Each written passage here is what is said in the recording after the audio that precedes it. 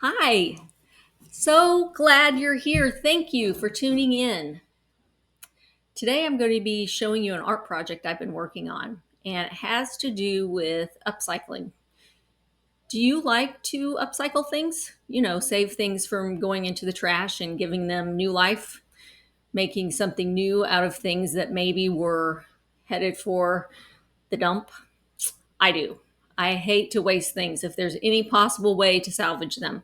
And sometimes things turn out better than maybe they were even before. You can make some pretty creative things that way. I know I'm not alone. I know there's a lot of upcyclers out there. So I want you to, as you watch this or after you watch this, comment below and tell me what you've been working on, or even drop a pic and show me something you've upcycled. I would love to see that. Also, please don't forget to hit that subscribe button because that helps me out a lot. And if you do that, you'll be among my first subscribers as I build this foundation.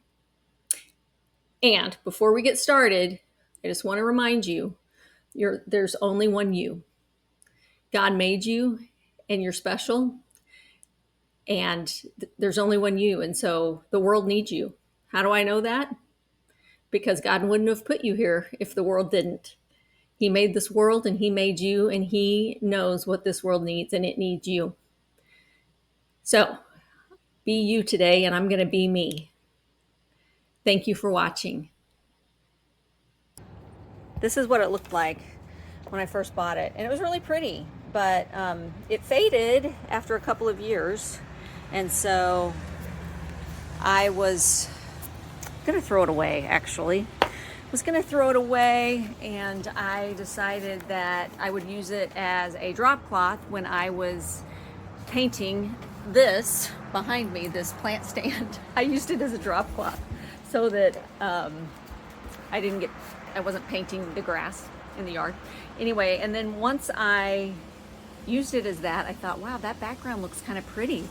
As you can see, it created kind of this mint green background, and I was like, well, maybe I can paint on that and use that as a canvas. And so that's what I decided to do, because it had all that mint green spray paint all over it. And so then I decided, wow, I'm going to paint some butterflies on there. And so actually I decided all this before I even thought about filming. And so I've gotten pretty far into this before, unfortunately, I started filming for y'all. But I painted the butterfly first, and then I decided I'm not going to add any more butterflies. I was going to do a bunch of different butterflies, but I decided that one is really pretty like that. It's a focal point that way. And so we'll do butterflies another time. That's a whole nother teaching lesson anyhow. So we'll do a butterfly teaching lesson. But so I decided I'm going to keep the background very simple, maybe just florals, maybe add a few flowers and whatnot. So that's what I decided to do. All right, so here we are. I added some grass down here at the bottom, this really simple ivy type. I use this in a lot of my work, actually. These more like tropical palm type leaves scattered across here. And then I decided I'd bring some in from the side. It kind of helps the flow of things with some little flowers. You can see they're orange, pink on this one. Okay, so anyway, I'm adding to this, layer by layer, I'm adding to this rug. And so my point is kind of, I want to film me talking for a minute. So my point is kind of that this rug that was headed for the trash, I decided to do something with. And, I think that a lot of people, a lot of the time, maybe we feel like that we're faded and we're worn out and we're good for nothing. Maybe even headed for the trash, right? We feel like we should be, but I think God sees us differently. And this is phase 2 for this rug, right?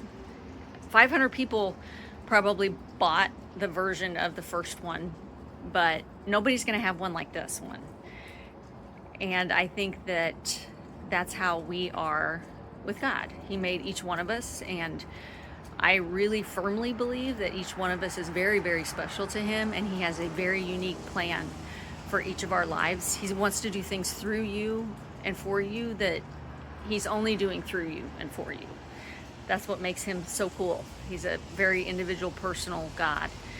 And so even though we might feel like we're faded and worn out and good for nothing, in his hands, he can make something beautiful out of that, out of us. And so walking in obedience with him is really important, because it means there's always phase 2, phase 3, phase 4 of life. Because when you're walking with him, it's always an adventure. It just is. Walking in obedience in step with him, there's always another horizon. There's always what's over the next hill. And yes, we definitely go through times that are full of suffering and trials. I been there, done that. Those are the times when we're getting the faded and the worn out, right? But that doesn't mean we're over. That's not who we are. That just means it's a beautiful backdrop that he wants to do something else on top of, over. And so, I don't know, I just wanted to encourage you that maybe you're feeling that way, but just look to God, because he has something more, and it's going to be beautiful. Just trust him. And so I wanted to just kind of film this as I go along. Like I said, I started halfway in. Unfortunately, I didn't think of this soon enough, but I'm going to film the rest. So you'll get to see the finished product, okay? So we're going to add some more greenery. I'm going to talk a little bit about the paints that I use and why, and some different things like that. But I just wanted to kind of give you the scoop, and we're going to continue on, okay? Hold tight. So I just wanted to take a couple of minutes to mention the paints that I use, because I know I mentioned earlier that I would do this. So wanted to not forget to mention this. So one of the hacks that I have is that I like to use just the sample size paints. I prefer Bayer paints, which you get at Home Depot, but really you can go to Lowe's or really any place that sells paint nowadays. You can buy these sample sized paints. And so this has come in really, really handy for me in my mural business, because yes, a true artist would mix their own paint colors. But when you're on a job, time is money, and I can go into Home Depot and buy paint samples in a majillion different colors, and I don't have to sit there on the job and mix specific colors. So what I usually do is I kind of know in advance, or at least have a good idea of what the main colors in the mural I will be painting, what I'll need. And so I will go to Home Depot and I will buy, maybe 6, 10, a dozen of these in various colors. And these are great because they already have the primer built in. They're made for use on walls. So it's really the perfect paint for painting murals. And I can buy all these specific colors, and it saves me tons of time. Now, I do, of course, still end up mixing and creating variations of colors on the spot, but at least I have something to start with that saves me a lot of time. So there's that. The other thing you'll see me using on this rug as I go through this are these acrylic paint markers. And my husband got these for me for Christmas off of Amazon. I had seen a TikTok that talked about how great they are, and they truly are. I love these paint pens.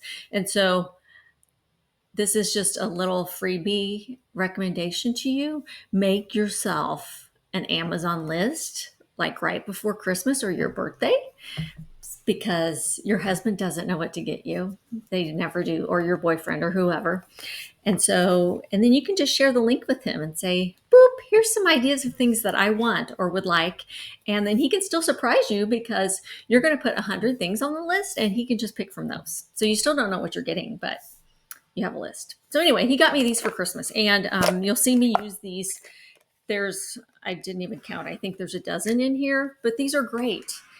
And I've used these several times on several projects. I use them on both my canvas work. I haven't really used these. No, I take that back. I did use them on a mural project that needed some really fine detail, because they're pretty small tip point on the marker. So wanted to point those out. The other thing that people kind of ask me when they see me using it is, what is that in your hand? And so I'm going to show you. This is just a Frisbee. And this guy I have had, gosh, for probably almost 30 years, 28, 27 years maybe. And I use a Frisbee as my paint palette because it has this nice lip around the edge. And I'm very messy, especially if I'm up on a ladder. I tend to end up holding this sideways and whatnot when I'm not paying attention. And so this lip keeps me from making messes, well, for the most part. Um, but it keeps me from spilling paint usually. And this one is, I actually have 3 of these that I've had for a really long time because there was this restaurant in town. Now I'm really going to date myself. If you live in the St. Louis area, you might remember there used to be a restaurant, a handful of restaurants here named Krieger's, and they served their children's meals in a Frisbee. Great idea, right? So I saved some of these from when my kids were little. And so I have 3 or 4 of these Frisbees and I use them as my paint palette. So all of that being said, I'm going to show you a really sped up version of me adding more details to this rug. I think I sped it up so much that it's all in about 1.5 minutes. So that's what's coming up next. It's a sped up version, take you about 1.5 minutes. Stay tuned.